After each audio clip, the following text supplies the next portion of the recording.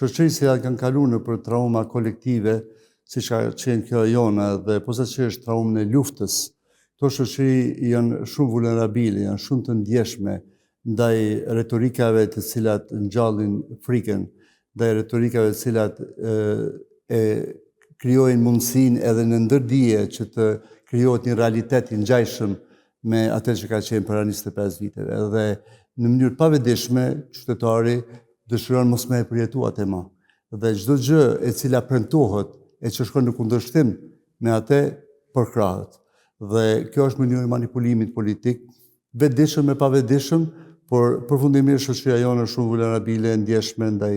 përpjekjeve të tilla dhe po shihet që rezultati i fundit i krejt këtyre proceseve politike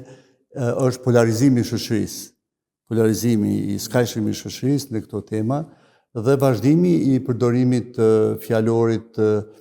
të rrezikut nga lufta, të kërcënimeve, të vazhdueshme, të mundshme, të nevojës për me u mbyll në grupe të vogla, jo nevojës për me ndërtu urat bashkëpunimit, qofshin ato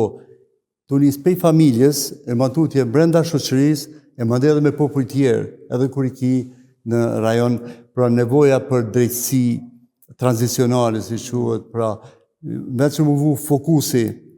në ndërtimin e urave, të bashkëpunimit të miqësisë, vetë fokusi në rrezikun nga lufta. Dhe kjo mandej stimulon proceset regresive të qytetarët, ata bën edhe më të ndjeshëm dhe më të nevojshëm për lider të cilët e kanë zgjidhjen, të cilët nuk e lejojnë një gjatë tillë. Dhe kjo përfundimisht rezulton në fund jo me zgjidhje të problemeve, po me ndërlikim të tyre që po e shohin që po ndodh si 25 vite.